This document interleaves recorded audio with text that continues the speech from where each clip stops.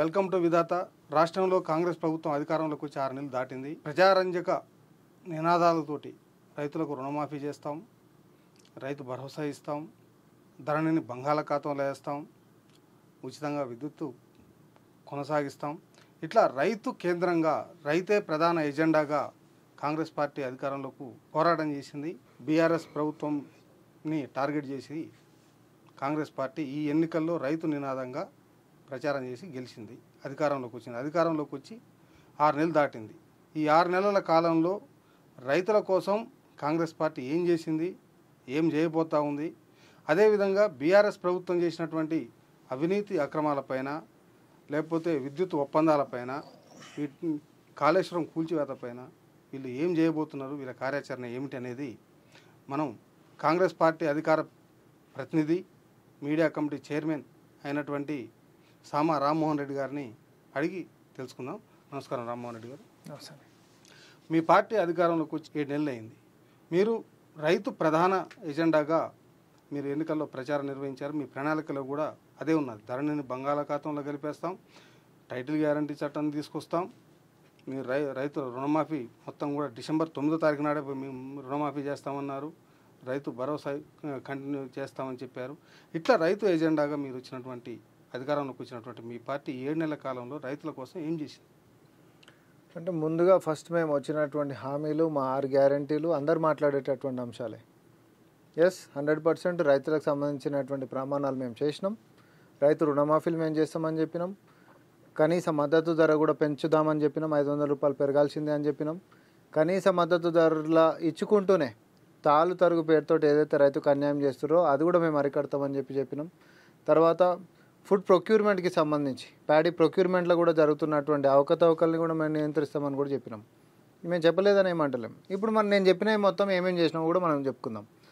వచ్చినప్పటి నుంచి అసలు రైతు బంధు కాదు, మేము రైతు భరోసా అని అన్నాము. సరే, రైతు భరోసా ఏది రైతులకి ఆర్థికంగా ఈరోజు సహకరించాలనేటటువంటి దృక్పథంతో పెట్టుబడి సాయం అనేటటువంటి అంశం. ఫస్ట్ దీని చరిత్రలో గిట్ట మనం పోతే కాంగ్రెస్ పార్టీ మేనిఫెస్టోలో పెట్టినటువంటి దాన్ని ఐడియాని తీసుకొని కాపీ కొట్టినటువంటి కేసీఆర్ గారు రైతు బంధు అని చెప్పి తీసుకొని వచ్చిండ్రు. అవునా కాదా? ఇది మేము ఆధారాలతో కూడా ఎన్నికల కన్నా ముంగటనే చూపించాం. ఇదేదో నాకే పుట్టింది, ఇదేదో ఎజెండానో మీ ఎజెండా కాదో వేరే విషయం. వాళ్ళు రైతు బంధు పేరు మీద సంవత్సరానికి 15,000 ఇచ్చిన మాట వాస్తవం. అవును టైంలో. అవును, మీ పార్టీ అధికారంలోకి వచ్చిన తర్వాత రైతు బంధు సకాలంలో వేయలేదు కాబట్టి పార్లమెంట్ ఎన్నికల సమయంలో మీ పైన వ్యతిరేకత వచ్చింది. ఆ వ్యతిరేకతను కప్పిపుచ్చుకోవడం కోసం మీరు కొంత రైతు బంధు చేశారు. తర్వాత ఎలక్షన్ కమిషన్ ఏదో అడ్డు పెట్టింది. ఇప్పుడు తర్వాత మనం స్టూడియోలలో కూర్చొని మనం ఎంతసేపు మాట్లాడినా వచ్చినటువంటి రైతుకు బాగా తెలుసు పోయిన సంవత్సరం ఏ సమయం కల్లా వచ్చింది, ఈసారి ఏ సమయం కల్లా వచ్చింది అనేది. 100% చెప్పేటోళ్ళు చెప్తూనే ఉన్నారు. 94% మంది చిన్న సన్నకారు రైతులకి అసలు పోయినసారి దానికంటే చాలా ముందు పడ్డాయి. 4 రోజుల కంటే ముంగట పడిపోయినాయి పైసలు. తర్వాత ఉంటున్నటువంటి ఎక్స్టెంట్ పెద్దగా ఉంటున్నటువంటి వాళ్ళకి ఫేజ్ వైజ్గా పడుకుంటూ పోయినాయి. లాస్ట్కి మొత్తం మీద ఎన్నికల కంటే ముంగటనే మేము పూర్తి చేస్తామని చెప్పినాం. వీళ్ళు సాకులు చెప్తారు, ఎన్నికల కోడ్ వస్తుందని చెప్తారు, పైసలు ఇవ్వాలని చెప్పి బీఆర్ఎస్ అండ్ బీజేపీ ఇద్దరు కూడా మా మీద ఎన్ని దుష్ప్రచారాలు చేయాలో అని చేసిండ్రు. కానీ మేము చేసినాం. లేట్ ఎందుకు చేసినాము కోటిరెడ్డి అన్న? ఇప్పుడు మీరు పాతవి రైతు బంధుది తర్వాత ఈ ప్రభుత్వం వచ్చినాక ఈ రెండింటిని పక్కన పెట్టుకొని రైతులకి ఏ సమయంలో ఏ నెలలలో ఏ ప్రభుత్వం పైసలు ఇచ్చిందో మీరు పక్కకు పెట్టి ఇందులోనే మమ్మల్ని ఎక్స్పోజ్ చేయండి. ఒకటే, పాత ప్రభుత్వం సరిగ్గా ఇస్తానని ఇవ్వాల్సిన టైంలో ఇవ్వలేదు కాబట్టి వాళ్ళని కింద కూర్చోబెట్టారు, మిమ్మల్ని తీసుకొచ్చారు కదా అధికారంలో కూర్చోబెట్టారు. మీరు వెంటనే మేము వేస్తాము అని చెప్పి మీరు ఎందుకు వేయలేకపోయారు? ఇప్పుడు రైతు బంధుది ఒకటి మేము వేసినాం, వెంటనే వేస్తామనంటే ఉంటున్నటువంటి ఉట్లల్లో పైసలు ఉంటాయా అనంటే, లేకపోతే ఆర్థిక శక్తి ఉంటుందా అనంటే ఒట్టి ఉట్లు పెట్టిపోయినటువంటి పరిస్థితి అని మేము చక్కగా చెప్పినాం. ఉన్న వాస్తవం చెప్పాలి కదా. మేమేదో ఆర్భాటాలకు పోయి గాంభీర్యాలకు పోయేసేసి వాతలు పెట్టుకునేటటువంటి పరిస్థితి కాదు. యథార్థంగా ఆర్థిక పరిస్థితి ఈ రాష్ట్రంలో ఏముందో జనాలకు చెప్పాల్సినటువంటి బాధ్యత ఉంటుంది కాబట్టి దాని మీద వైట్ పేపర్ అని చెప్పి అసెంబ్లీ సాక్షిగా మేము రిలీజ్ చేసినాం. ఎప్పుడైనా 10 సంవత్సరాలలో బీఆర్ఎస్ పార్టీ 2,70,000 అప్పులు ఉన్నాయి, 2,60,000 అప్పులు ఉన్నాయని కానీ ఏ రోజన్నా 7 లక్షల కోట్ల రూపాయల అప్పులు ఉన్నాయని చెప్పిందా? ఇది ఎవడన్నా ఊహించిండా? తీరా వచ్చిన తర్వాత సంస్థల్ని మొత్తం ఏంది ఆ కథ అసలు దీంది అని అంటే మొత్తం తీసుకొచ్చి తెరిచిన పుస్తకం లెక్క చూపిస్తే మనది మొత్తం అప్పుల బతికే అయిపోయింది. అసలు ఉన్న వనరులను మొత్తం కూడా ఏది లేకుండా తాకట్టు పెట్టినటువంటి పరిస్థితి ఉంది. దీన్ని చక్కదిద్దుకుంటా మనం ఇచ్చినటువంటి హామీలను ఎట్లా నెరవేర్చాలనేటటువంటి పెద్ద బాధ్యత ఆ బండ మా భుజాల మీద ఉంటున్నప్పుడు మేము మోయాల్సిందే కాబట్టి మేము మోసినాము. అసెంబ్లీ ఎన్నికల సమయంలోనే బీఆర్ఎస్ ప్రభుత్వం ఈ ఎలక్షన్ కోడ్ ఉన్నప్పటికీ కూడా రైతు బంధు డబ్బులు బ్యాంకులో వేస్తుంది, హరీష్ రావు టింగ్ టింగ్ అని మీ అకౌంట్లో పడతాయి అన్నారు. కొన్ని అకౌంట్లకు కొన్ని ఏదో పడ్డాయి, దాని మీద ఎలక్షన్ కమిషన్ పోయారు, ఎలక్షన్ కమిషన్ ఆబ్జెక్షన్ చెప్పి పంపింది. అయితే రైతు బంధు కోసం ఆ రోజు డబ్బులు ఉన్నట్టే కదా, రైతు బంధు నిధుల కోసం ఎలక్షన్స్ ముందు డబ్బులు ఉన్నట్టే కదా. ఎలక్షన్స్ అయిపోయిన తర్వాత ఆ డబ్బులు ఎడిపోయినాయి. మీకు తెలవాల్సినటువంటిది ఏంటి అని అంటే, పాత బీఆర్ఎస్ గవర్నమెంట్ మనము వస్తామో ఎలక్షన్ల కంటే ముంగటనే ఏదైతే డబ్బులని రైతు బంధు కోసం వస్తున్నాయనంటే ఈసీ ఆపిందో ఆ పైసలను రేపొద్దున కాంగ్రెస్ గిట్ట వస్తే ఎట్లా అని అనుమానంతో ఉంటున్నటువంటి కాంట్రాక్టర్లకు బిల్లులు పే చేసిండు కేసీఆర్. ఆ పైసలు అంటే రైతుల యొక్క నోటికాడి బుక్కని కాంట్రాక్టర్ల బిల్లుల పేర్లతోటి మళ్ళీ ఇచ్చినటువంటి ఉదంతము మేము రాగానే కూడా చెప్పినాము. అరే రైతులకు రావాల్సినటువంటి పైసలు చూసినా ఎంత దుర్మార్గంగా ఈరోజు వాళ్ళకి రానేకుండా కాంగ్రెస్ పార్టీని బద్నాం చేయాలనేటటువంటి కుట్ర. కాకపోతే సర్వేలలో కాంగ్రెస్ వస్తుంది. అప్పటికే నువ్వు ఇట్లాంటి పాపాలు చేస్తే ఏమైంది? ఫస్ట్ అధికారంలోకి ఎంచిపోయినావు, అయినా అబద్ధాలు మానుకోలే. నెక్స్ట్ ఏం చేసారు? గుండు సున్నా ఇచ్చారు. ఇదే పంట బీమా ఉంటే రైతులు బతుకుతారు. పంట బీమా ఇవ్వాల్సిందే. మనము రైతులకి ఎక్కువ నష్టపోతుంది పంట బీమా కాడ. రైతు బీమా అని చెప్పి చచ్చిపోయినాక ఇచ్చేటటువంటి పైసలు కాదు, బతకాలంటే పంట బీమా ఇవ్వాలి కాబట్టి పంట బీమా ఇవ్వాలని చెప్పి మేము వచ్చిన రాగానే తీసుకున్నటువంటి నిర్ణయంలో పంట బీమా ఒకటి లేదా, దాని ప్రీమియం మేము కట్టలేదా? అంతేకాదు వరదలు పడితే లేకపోతే వర్షాలు పడితే లేకపోతే వరదలు వస్తే ధాన్యం గిట్ట నానిపోతే ఏ రోజైనా పట్టించుకున్నటువంటి పాపాను ఉండనా? కళ్ళాలల్లా లేకపోతే కుప్పల మీద రైతులు ఆత్మహత్యలు చేసుకున్నటువంటి ఉదంతాలు మనం చూసినాం. అసొంటిది మళ్ళీ జరగవద్దు అని చెప్పేసి తడిసిన ధాన్యాన్ని కూడా కనీస మద్దతు ధరతోటి తాళ్ళు తరుగు లేకుండా కొన్నటువంటిది అబద్ధమా? రైతు బంధు డబ్బులేమో సరే మీరు చెప్పిన దాని ప్రకారం వాళ్ళు కాంట్రాక్టర్లకు ఇచ్చుకోరు, అంటే వాళ్ళు రైతుల కంటే కాంట్రాక్టర్ల ప్రయోజనం కోసం పనిచేసారు అనేది మీరు చెప్తున్నారు. నేను దాన్ని ఒప్పుకుంటా. అది రైతు బంధు డబ్బులకు సంబంధించి. రైతుల రుణమాఫీకి సంబంధించి నేను డిసెంబర్ 9వ తారీఖు నాడు చేస్తా. ఖజానాలో డబ్బులు ఉన్నాయా లేవా అనేది సమస్య కాదు. రైతులందరికీ 2 లక్షల రుణమాఫీ చేస్తాను. నేను ఒకటి చెప్తా, అట్లీస్ట్ వనరులు అనేటటువంటిది రేపు పొద్దున కన్సార్షియం బ్యాంకుల యొక్క కన్సార్షియంని ఒక దగ్గరికి తీసుకొని వచ్చి ఆ యొక్క రుణాన్ని మనం టేక్ ఓవర్ చేసినా కూడా ప్రభుత్వం రేపొద్దునైనా ఏం చేస్తుంది? రైతుల యొక్క అప్పులని నేను భరిస్తా అని చెప్పేసి బాధ్యత తీసుకొని ప్రభుత్వం కట్టుకుంటే రైతులకు మాత్రం రుణాల నుంచి విముక్తులను చేసేటటువంటిది ఒకటి ఉంది.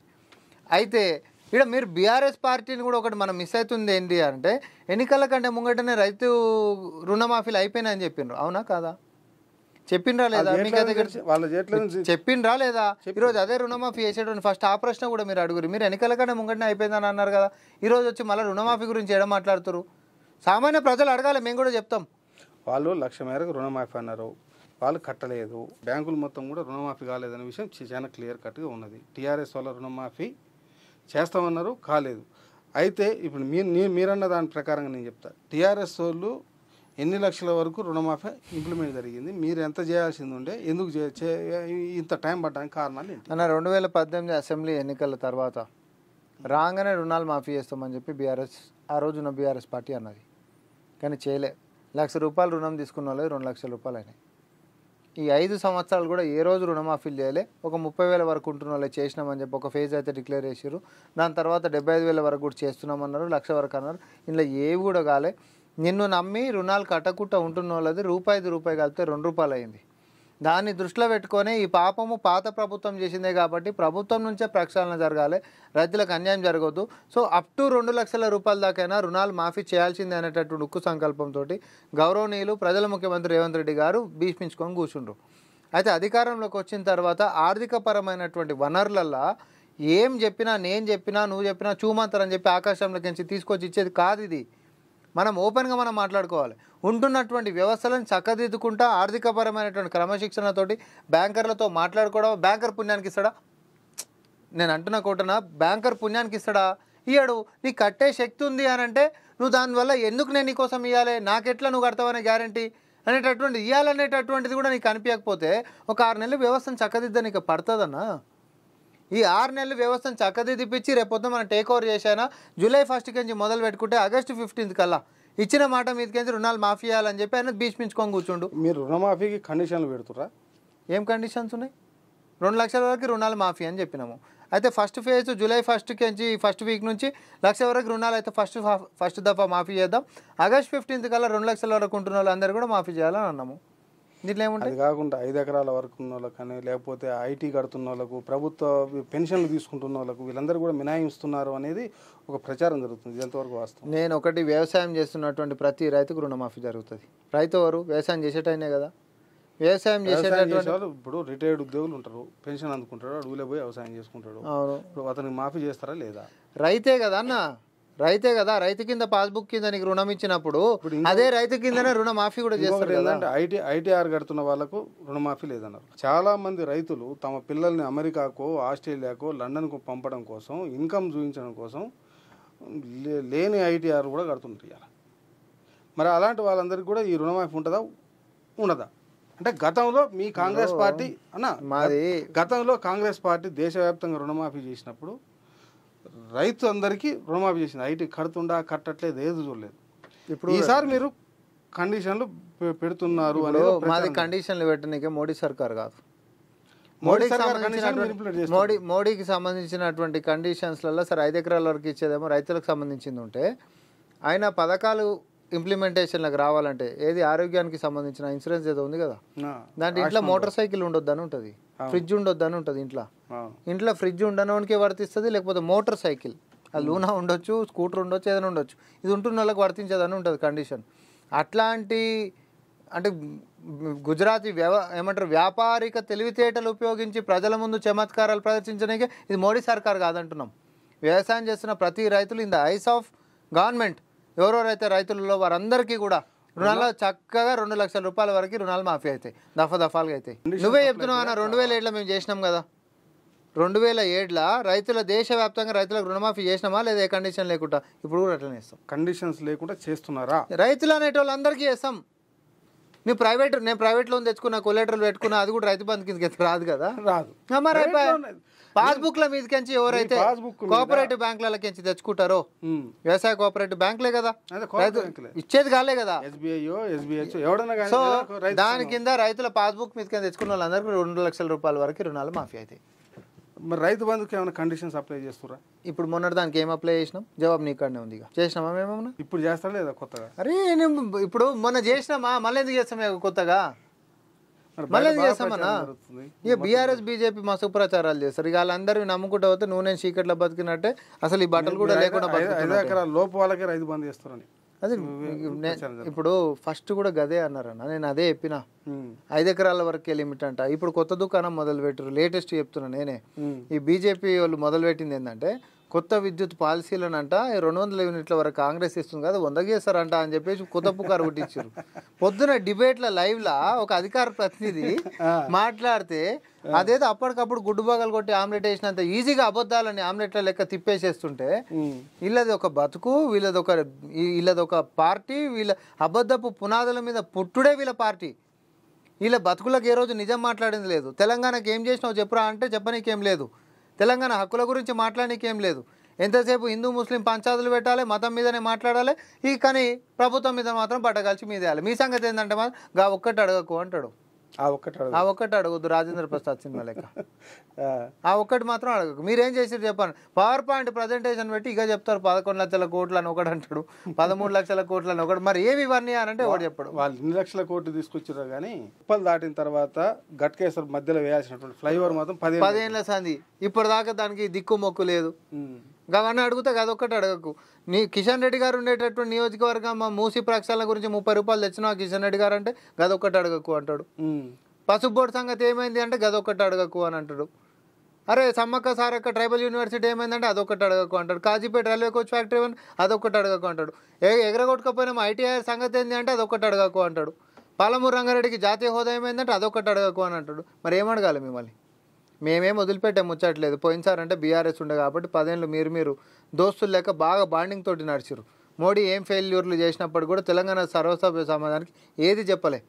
కానీ ఇప్పుడు మాత్రం కేంద్రం కించి రావాల్సినటువంటి ప్రతి రూపాయి మీదనే కాదు, విభజన చట్టంలో ఉంటున్నటువంటి అన్ని హామీలను నెరవేర్చనీకే కేంద్ర మంత్రులు లెక్క మీరు యుద్ధం చేయాలి. మీకు సైన్యం లెక్క ఇక్కడ ఉంటున్నటువంటి కాంగ్రెస్ ఎంపీలు కూడా సహకరిస్తారు. కానీ యూటర్ని తీసుకొని తెలంగాణ మీదనే మీరు మైనింగ్లో అమ్ముతారా లేదా, లేకపోతే ఈ సర్కార్ అది చేస్తుంది అని చెప్పి ఎవరిదో ట్యూను మీరు ఇక్కడ పాడిరు అనుకో సంగీతము డ్యాన్సు ప్రజలు చేపిస్తారు మిమ్మల్ని, ఇక మీ ఇష్టం. అయితే మీరు గత ప్రభుత్వం విద్యుత్తు కొనుగోళ్లకు సంబంధించిన ఒప్పందాలు కానీ విద్యుత్ ప్లాంట్ల నిర్మాణాల్లో కానీ భారీ ఎత్తున అవకతవకలు జరిగాయి అని మీరు ఒక ప్రధాన ఆరోపణ చేసి దాని మీద జస్టిస్ ఎల్ నరసింహారెడ్డి గారి విచారణ కమిషన్ కూడా వేశారు ఒప్పందాల మీద. ఈ ఒప్పందాలకు సంబంధించి నిజంగా అక్రమాలు జరిగాయా, నిజంగా తెలంగాణ రాష్ట్రానికి ఏం నష్టం జరిగిందని మీరు భావిస్తూ ఉన్నారు? సింపుల్ ప్లెయిన్ లేమన్ లాంగ్వేజ్లో చెప్పాలంటే, సపోజ్ మనం కూరగాయల మార్కెట్ పోతామన్నా, ఒకటే రైతు ఫీల్డ్లోకించి వ్యవసాయ క్షేత్రంలోకించి వచ్చినటువంటి 2 బాస్కెట్ల టమాటాలు ఉంటాయి. సామాన్యుడికి అర్థం కావాలని చెప్తున్నాను నేను. మనకు టమాటాలు కావాలంటే విద్యుత్ కావాలి మనకి. సో ఈడ కిలో 30 రూపాయలు పెట్టిండు, ఈడ కిలోనేమో 50 రూపాయలు పెట్టిండు. నువ్వు ఏది కొంటావు? ఒక సాధారణమైనటువంటి మనిషి సంసారాన్ని కుటుంబాన్ని నడిపేటోడు సేమ్ ఇదేంది భయ్ తప్పు పెట్టింది కదా అని చెప్పి జల్దీ కొంటావు. 30 రూపాయలది కొంటావు. మార్కెట్లో నీకు 30 రూపాయలు ఉండగా నువ్వు 50 రూపాయలు ఎందుకు కొనవు అనేది ఇప్పుడు పెద్ద ప్రశ్న. సో నీకు యూనిట్ కరెంట్ కూడా తక్కువకే దొరుకుతున్నప్పుడు ఓపెన్ మార్కెట్లో మాజీ ముఖ్యమంత్రి కేసీఆర్ గారు మీరు వేసిన కమిషన్లే తప్పట్టాడు. ఇక మరి మాజీ విద్యుత్ శాఖ మంత్రి జగదీష్ రెడ్డి గారు అసలు ఆడ జరిగిందే 7,000 కోట్ల ట్రాన్సాక్షన్ అయితే 6,000 కోట్ల అవినీతి జరుగుతుంది చెప్పి చక్కగా చెప్పారు కదా. గవే ముక్కలు పోయి కమిషన్ ముంగట చెప్పరాదు. ఆయన కమిషన్కే పెద్ద లేఖ రాసిండు కదా. లేఖలు ఏం చెప్పిండు? మీది అనైతికము, మీకు అర్హత లేదు, మీరు తప్పుకోండి అని చెప్పి ఏదో ఒక కథ ఇంపోజిషన్ రాసినట్టు రాసుకుంటూ పోయిండు. నువ్వు జవాబు చెప్పాల్సినటువంటి బాధ్యత నీ మీద ఉందా లేదా? గవర్నమెంట్ మధ్య ఇప్పుడు విద్యుత్ ఉత్పత్తి కేంద్రం కించి సాధారణంగా డిస్కంలే అగ్రిమెంట్లు చేసుకుంటాయి ఎక్కడైనా. కానీ ఛత్తీస్గఢ్ ప్రభుత్వంలో ఛత్తీస్గఢ్ డిస్కం ఫస్ట్ చేసుకుంది, ఆ డిస్కం నుంచి మనం చేసుకున్నాం. సరే ఇంత డెప్త్లో పోతే మళ్ళీ ప్రజలు కన్ఫ్యూజ్ అవుతారు. నేను ఇప్పుడు చెప్పిన కదా, తక్కువ రేటుకి నీకు మార్కెట్లో అందుబాటులో దొరుకుతున్నప్పుడు నువ్వు ఎక్కువ రేటుకి ఎందుకు సంతకాలు చేసినావు ఇది చెప్పు. మేము అడుగుతుంది ఇది. తద్వారా ప్రభుత్వము ప్రజల సొమ్ముని వృధా ఎందుకు చేసినావో చెప్పు. దాని వెనకాల మీ మతలబ్ ఏంటిది? ఆడ కట్టినటువంటి విద్యుత్ ఉత్పత్తి కేంద్రాలకు సంబంధించిందైనా లేకపోతే ఈడ కట్టినటువంటి యాదాద్రి భద్రాద్రిలో అయినా ఏ టెండర్లు లేకుండా ఎందుకు కాల్ఫర్ చేసిండ్రు? ఎవరికి అప్పనంగా కట్ట చెప్పిర్రు? ఇంకొకటి బిహెచ్ఎల్కే ఇచ్చినాము అని చెప్పి మాట్లాడుతున్నారు. సబ్ క్రిటికల్ ఎక్విప్మెంట్ ఈరోజు ఒక కార్ తోటి పోల్చుకుందామన్న, ఒక 5 లక్షల రూపాయలకి నీకు అన్ని ఫీచర్స్ ఉంటున్నటువంటి కార్ వస్తుంది. ఓకే, ఇదే 5 లక్షల రూపాయలకి సెకండ్ హ్యాండ్ డకోటా పాత మారుతి 800 నువ్వు ఎందుకు కొన్నావు అని అడుగుతున్నాం మేము. నేను కారు కొన్నా అంటున్నావు, నేను కాదంటలే. ఇదే 5 లక్షలకి అన్ని స్పెసిఫికేషన్స్ ఉండి ఎక్కువ మైలేజ్ ఇచ్చేటటువంటిది అడ్వాన్స్డ్ టెక్నాలజీతో ఒక కార్ వచ్చిందనుకో, ఫీచర్సు, స్పెసిఫికేషన్స్, కంఫర్ట్స్ అన్నీ బాగున్నటువంటిది, నువ్వు పాత సెకండ్ హ్యాండ్ డకోటా బండిని ఎవడో వదిలిపెట్టినటువంటి దాన్ని 5 లక్షలకు ఎందుకు కొన్నావు? దీంట్లో నీ మతలబ్ ఏంది? లొకేషన్ దగ్గరికి మొదలు పెట్టుకుంటే దీని వెనకాల చూడరు కుంభకోణం అంటే ఎందుకు అంటున్నామంటే, యాదాద్రికి సంబంధించినటువంటిది థర్మల్ పవర్ స్టేషన్ ఏదైతే ఉందో ఆడ బొగ్గు దగ్గర ఉందా? మరి నీకు ఆడికెంచి ఈడికి రావాలంటేనే నీకు పర్ మెగావాట్ 800 కోట్లు ఎక్కువ అవుతుంది. ఒక యూనిట్ మీద నీకు ఎంత ఛార్జ్ పెరుగుతుంది? వాటర్ ల్యాండ్ మొత్తం అవైలబిలిటీ ఉంది కదా. ఆడలేవా? తెలంగాణలో లేవా? ఇప్పుడు ఈరోజు ట్రాన్స్మిషన్ లైన్స్ ఒకటే కదన్నా, అది తక్కువ ఖర్చా? నీకు మొత్తము ప్రతిసారి రా మెటీరియల్ తీసుకొని వచ్చేటటువంటిది ఎక్కువ ఖర్చా? వైర్లలో తీగలలో కరెంటు పుణ్యానికి వచ్చేది అది పెట్టుకుంటావా, లేకపోతే ట్రైన్లు వేసుకొని బొగ్గు తీసుకొని వచ్చి ఈడే చేసుకుంటావా? Are you getting my line? ఇది చర్చ. ఇప్పుడు నువ్వు యాదాద్రికి సంబంధించిందైనా భద్రాద్రికి సంబంధించినటువంటిదైనా సబ్ క్రిటికల్ ఎక్విప్మెంట్ ఎందుకు పెట్టినావు? ఆ లొకేషన్లో ఎందుకు పెట్టినావు అంటే బీఆర్ఎస్ వాళ్ళు సిగ్గు లేకుండా ఏం చెప్తున్నారంటే, ఫ్లై యాష్ కాడికించి ఏదైనా వస్తే కూడా ఆడ సిమెంట్ ఫ్యాక్టరీలు దగ్గరలో ఉంటాయి కాబట్టి వాళ్ళకి మనం ఇచ్చేసేయచ్చు. అంటే సిమెంట్ ఫ్యాక్టరీలకి ఫ్లై యాష్లు ఇయ్యనీకే నువ్వు పవర్ సెక్టార్ని 1000 కోట్ల రూపాయలు నష్టమైనా సరే నేను యాదాద్రిలో పెట్టినా అని అంటున్నావు. మీ పార్టీ ఇప్పుడు భద్రాద్రి యాదాద్రి పవర్ ప్లాంట్ను కొనసాగిస్తుందా మూసేస్తుందా? వయబిలిటీ ఉంటున్నటువంటి ప్రాజెక్టులను అన్నింటినీ కూడా మేము కొనసాగిస్తాం. ఎందుకంటే విద్యుత్ రంగాన్ని రాష్ట్రంలో ప్రతి నెల ప్రజలు కడుతున్నటువంటి పన్నుని ఇంకా భారం చేసుకుంటారు. రేపొద్దున ధరలు పెంచేటటువంటి నిర్ణయాలకి కాంగ్రెస్ పార్టీ పోదు. అందరం అంటున్నాం 24 గంటలు కరెంట్ ఇచ్చినాం, ఛత్తీస్గఢ్కి ఎంచుకున్నాం. ఆ రోజు ఉంటున్నటువంటి ఎన్నిసార్లు పెంచినాను 10 ఏళ్ళలో కరెంట్. ఈ 2 కోల్డ్ స్టోరేజ్లో పోయినట్టేనా? నీకు వైట్ ఎలిఫెంట్ అనుకో, నీకు ఆమ్దాన్ 10,000, దీనికి 12,000 ఖర్చు అవుతుంది అనుకో. కానీ నీకు 6,000కే నీకు కావాల్సినటువంటిది వస్తుంది అనుకో, 6,000కి కొంటావా నువ్వు 12,000, ఇంకో 2,000 అప్పు తెచ్చి పెడతావా? జవాబు నీ కాడ ఉంది, ప్రజల కాడ ఉంది. ప్రజలు డిసైడ్ చేయాలి. ప్రజలు ఎట్లా చెప్తే ప్రభుత్వం అట్లా. మీ పార్టీ, మీ క్యాబినెట్, మీ ప్రభుత్వం అధికారంలో ఉంది. మీ ప్రభుత్వం ఈ 2 ప్రాజెక్టులకు సంబంధించి కొనసాగిస్తారా లేదా? ఛత్తీస్గఢ్ విద్యుత్ ఒప్పందాన్ని మీరు రద్దు చేసుకుంటారా? అన్న, ఫస్ట్ ఆఫ్ ఆల్ లొకేషన్ ఎంచుకున్న దగ్గరికించి, ఎక్విప్మెంట్ వాడిన దగ్గరికించి, తర్వాత మెగావాట్ విద్యుత్కి infrastructural, suppose say for example సాధారణంగా అయితే ఎన్ని కోట్లు అవుతుంది, ఇక్కడ మాత్రం ఎంత కోటి, ఇంచుమించు డబల్ వ్యయం పెట్టినటువంటిది అయినా, లేకపోతే రేపు పొద్దున జనరేట్ చేయాలంటే కూడా దానికి సంబంధించినటువంటి రా మెటీరియల్ కోల్ తీసుకొని రావాలంటే కూడా ఎంత వ్యయం అవుతుంది, తద్వారా యూనిట్ ప్రైస్ మనకి టోటల్ అవుట్పుట్ ఎంత పడుతుంది అనేది వస్తుందా లేదా? ఈ యూనిట్ ప్రైస్ కంటే సపోజ్ ఇది రూపాయి అనుకుందాం, ఇది రూపాయికి వస్తుంది అనుకో, మనకు మార్కెట్లో ఆటనకే దొరుకుతుంది అనుకో అన్న. ఇక నేను ఓపెన్ కూడా చెప్తాను, నీ వ్యవసాయ క్షేత్రంలో నీకు అడొక 1 ఎకరం ఉందన్న, నీకు టమాటాలు తిననీకే పండించుకోవాలి చేసుకోవాలి అని అనుకుంటే మొత్తం వ్యవసాయం చేసుకుంటే వనరులు మొత్తం దానికి వాడితే కూడా నీకు టమాటాలు వస్తాయి. కానీ మార్కెట్లో అప్పుడు ఏమవుతుంది ఖర్చు, నీకు తక్కువ ఎక్స్టెంట్ ఉంటున్నందుకు సే ఫర్ ఎగ్జాంపుల్ కిలోకి ఒక 10 రూపాయలు నీకు ఖర్చు అయింది అనుకుందాం, ఉదాహరణకు నేను చెప్తున్నా. కానీ నీకు బయట మార్కెట్లో 5 రూపాయలకే కిలో దొరుకుతున్నప్పుడు ఈ ఆప్షన్కి పోతాం, ఈ ఆప్షన్కి పోతాం, ఏ ఆప్షన్కి పోతాం అనేది ప్రజలకు తెలుసు అన్న. ఇప్పుడు మనం ఏదో ఈడేం కక్షపూరితం లేదు, ఇంకోటి లేదు. ఒక్కటి మాత్రం చాలా స్పష్టంగా చెప్తున్నాం, తెలంగాణ వనరులని, తెలంగాణ గాడి తప్పినటువంటి ఆర్థిక వ్యవహారాలని క్రమశిక్షణలో పెట్టుకుంటూ రూపాయి కాపాడుకుంటూ ఇచ్చిన మాట మీద నిలబడ్డ నీకే ఈరోజు ఉక్కు సంకల్పంతో మేము ముందుకు నడుస్తున్నాం. మీరు కేసీఆర్, కేటీఆర్, హరీష్ రావు టార్గెట్ కానీ ఈ విచారణలను కొనసాగిస్తున్నారు అనేది ఒక విమర్శ ఉంది.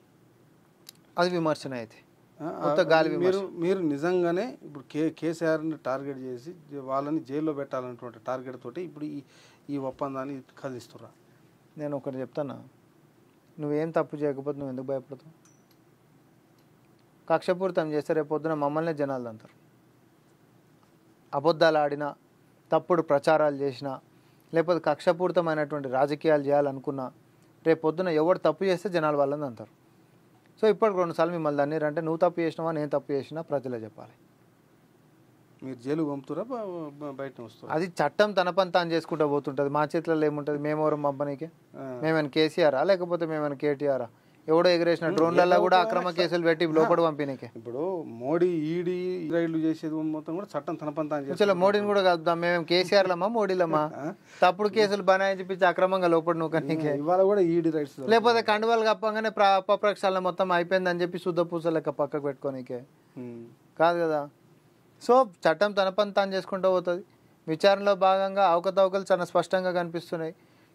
ఇప్పుడు ఆడ ఏర్పాటు చేసినటువంటిది అబ్నార్మల్ ప్రైజెస్ తోటి కట్టినటువంటివి, తర్వాత రికార్డు లెవెల్లో లక్షల కోట్లు పెట్టి కుమరించి కడితే కూలిపోయినటువంటివి, ఇవన్నీ సాక్షిగానే విచారణ అవుతున్నాయి. మేము సంక్షేమాలు ఎట్లా గ్యారంటీ ఇచ్చినామో, అభివృద్ధి ఎట్లా గ్యారంటీ ఇచ్చినామో, అవినీతి మీద చర్యలు కూడా అట్లనే గ్యారంటీ ఇచ్చినాం మేనిఫెస్టోలో. మరి మా మేనిఫెస్టోలో భాగమే ఇది కూడా చేస్తున్నాం, దీన్ని కూడా స్వాగతించాలి. కానీ ఈరోజు కక్షపూరితం దేనికి కక్షపూరితం అంటే ప్రజలు కేసీఆర్ని అరెస్ట్ చేయాలని మీకు మ్యాండేట్ ఇచ్చారు. మేము కేసీఆర్ని అరెస్ట్ చేస్తామని మేనిఫెస్టోలో ఏమైనా పెట్టినామా? అంటారు చర్యలు తీసుకోమని, అవినీతి పైన చర్యలు తీసుకోమని కూడా అంటారు. అంటే ప్రభుత్వంలో ఉన్నది వాళ్ళే కదా, మరి వాళ్ళే అవినీతి చేశారని మీరు భావిస్తారు? అవినీతి ఎవరు చేస్తే వాళ్ళని లోపటేస్తారు, అది ఖచ్చితంగా జరగాల్సిందే కదా. 7 లక్షల కోట్ల రూపాయలు అప్పులు చేసిర్రు, 7 లక్షల కోట్లు ఏడిపోయినాయి. కోట్ల కొద్దీ మొక్కలు నాటిర్రు, కనిపించని మొక్కలు ఏడిపోయినాయంటే బర్రెలు మేసేసినాయి అన్న తీజీ కాదు కదా. మరి ఇక్కడ 7 లక్షల కోట్ల అప్పులు కూడా ఎవరు ఏ బర్రెలు మేసినాయో కూడా చెప్పాలి కదా. సో ఏంది అని అంటే ప్రతి రూపాయికి ఒక లెక్క ఉంటుంది అన్న. బాధ్యత మన మీద పెట్టి చేస్తున్నప్పుడు దానికి లెక్క చెప్పాల్సిన అవసరం ఉంటుంది. అంతేగాని కమిషన్ని లీడ్ చేస్తున్నటువంటి పెద్దల మీద మీకు అర్హత లేదు, మీరు నన్ను లోపడేద్దామనే ఉద్దేశంతో ఇవన్నీ ఆల్రెడీ చేసేస్తున్నారు అని చెప్పి మీ చరిత్ర మీరెందుకు రాసుకుంటారు, లేకపోతే మీ భవిష్యత్తు మీరెందుకు రాసుకుంటారు? మీరు తప్పు చేయకపోతే మీరు జవాబు చెప్పండి. ఆ రోజు ఉంటున్నటువంటి క్లిష్ట పరిస్థితుల్లో నేను తీసుకున్నటువంటి నిర్ణయాలు అని చెప్పి ప్రజల ముందు ఉంటుంది మొత్తం ఆన్ రికార్డు. ప్రజల్ని ఏంటో నిలబెడతారు నువ్వు తప్పు చేయకపోతే. కరెంట్ 24 గంటలు మేము ఇచ్చినాం. హ్యూమన్ సైకాలజీలా మనిషిలానా నిన్నగాక మనం నువ్వు ఏం తిన్నావు అంటే టక్మని అడిగితే చెప్తావా జవాబు? నిన్నగాక మనం ఏం తిన్నావు అంటే ఏం చెప్తావు? గుర్తుండదు. అసలు ఇది గుర్తుండదు కాబట్టే దీన్ని అడ్వాంటేజ్ తీసుకొని బీఆర్ఎస్ రోడ్ ఏమంటుండు, మీకు 24 గంటల కరెంటు బీఆర్ఎస్ ఇచ్చింది చూసిర్రా, కాంగ్రెస్ వచ్చినాక పోతుంది. నేను ఒకటి చిన్నది గుర్తు చేస్తున్నా, మీరు ఇస్తలేరు కాబట్టే కదా మేము సబ్స్టేషన్ల కాడ ధర్నాలు చేసింది. సబ్స్టేషన్ల కాడ చెక్ చేస్తామంటే దొంగల లెక్క లాగ్ బుక్లు ఎత్తుకపోయినాడు వాడు, మీకు గుర్తుందా? నువ్వు ఇయ్యకనే కదా. మరి ఈ రోజు వచ్చి 24 గంటలు మేము ఇచ్చినాం, ఇప్పుడు వచ్చినాకనే పోతుందని మాట్లాడుతున్నావు ఏంది? మీరు వచ్చినాక నువ్వు వచ్చిన తర్వాత ఎండాకాలమే వచ్చే నువ్వు వచ్చిన తర్వాత ఏంది తెలుసా ఇచ్చింది అన్నిటి మీద బాధుడు, అన్నిటి మీద బాధుడు. మీరు కరెంట్ ఇస్తారా ఇయ్యరా అనేది ఇప్పుడు కాదు తేలాల్సింది. ఇప్పుడు ప్రజలు పొలాలు నాటు పెట్టినాక తెలుస్తుంది ఇస్తారా ఇయ్యరని. ఇప్పటివరకు మీరు గ్రేస్ పీరియడ్ అనే ఏ పీరియడ్ ఉన్నా ఖచ్చితంగా కరెంటు మేము ఇస్తూనే ఉన్నాం, ఎక్కడ ఆగలే. మేము వచ్చిన తర్వాత కూడా ఒక పంటకు వచ్చింది కదా. సో ఎక్కడ ఇబ్బందులు ఏం లేవు, ఎట్లాంటి శశభిషాలు లేవు. రైతులకు చాలా స్పష్టత ఉంది. ఎవరు ఉత్తుత మాటలు బడవాజు మాటలు మాట్లాడుతురో తెలుసు, ఎవరు మాట్లాడకుండా పని చేసుకుంటూ పోతురో కూడా తెలుసు. కానీ 100 అబద్ధాలను మా మీద వేస్తే ఒక 10 మంది కాదు, ఒక ఇద్దరైనా నమ్మేటటువంటి అవకాశం ఉండకపోదు. కాబట్టి మనం వివరణియాల్సిన బాధ్యత ఉంటుంది. కాబట్టి మీరు ఒక మాట అన్నారు, ప్రజలు మాకు మ్యాండేటరీ ఇచ్చారు, ప్రజల లెక్క ప్రకారం మేము చేసుకుంటాం పోతాం. అసెంబ్లీ ఎన్నికల నుంచి పార్లమెంట్ ఎన్నికలకు వచ్చారు. అసెంబ్లీలో మీకు అబ్సల్యూట్ మెజారిటీ ఇచ్చినటువంటి ప్రజలు పార్లమెంటులో ఇంకెక్కువ ఇచ్చారు, ఎక్కువ ఇచ్చారు. మేము గెలిచిన అసెంబ్లీ సెక్టర్లో గెలిచిన 14 సీట్లు గెలుస్తామన్నారు. మీరు 14 సీట్లు గెలుస్తున్నారు. మిమ్మల్ని 8 సీట్ల దగ్గరనే బ్రేక్ చేసి పెట్టారు. కారణం ఏంది? 100కి 100 మార్కులు రావాలనే ఎవరైనా కొట్లాడతారు. 80 వచ్చినా కదా, నీకు 100కి 100 ఎందుకు రాలేదని చెప్పి నువ్వు అంటావా? లేకపోతే మంచిగా సాధించిన ఒకప్పటికంటే నాకు పోయినసారి 60 మార్కులు వచ్చినాయి, సార్ 80 వచ్చినాయి అనుకో. పోయినసారి మీరు అధికారంలో లేరు, లేము. మీ పార్టీని బీఆర్ఎస్ చీల్చి చెండారింది. అవును, మీ వాళ్ళందరినీ తీసుకున్నారు. అయినప్పటికీ ఈసారి మీరు అధికారంలో ఉన్నారు. మీరు ఎప్పుడు పిలుస్తారా వద్దామని మిగతా పార్టీలు ఎమ్మెల్యేలు కూడా చూస్తున్నారు. పిరెల్లా మీరు సగం సీట్లు కోల్పోయారు. ఇప్పుడు ఒకటే చెప్తున్నా, సగం సీట్లు కోల్పోవడం అంటే 3 సీట్లు ఉన్నది 1 సీటుకి వచ్చుడు, 3 సీట్లు ఉన్నది 8 సీట్లకు వచ్చుడు కాదు.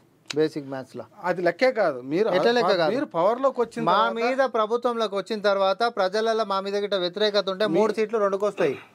మా కోట్లు లేకపోతే 3 8కి రావు. ఇంకా కేంద్రంలో అధికారంలో ఉన్న బీజేపీ కన్నా 4వి బీఆర్ఎస్ మద్దతుతోటి 8కే వచ్చారు. 4 పెరిగినాయి, మా 5 పెరిగినాయి. ఓటింగ్ శాతం కూడా మాది పెరిగింది అసెంబ్లీ సెక్టర్ కంటే. ఇవాళ సెకండరీ పార్టీగా రాష్ట్రంలో బీజేపీ వచ్చింది. మీ పార్టీకి ఉన్నటువంటి 65 సీట్ల రేషియో ప్రకారంగా చూసుకుంటే మీరు మినిమం 12 సీట్లు మీకు రావాల్సి ఉండే.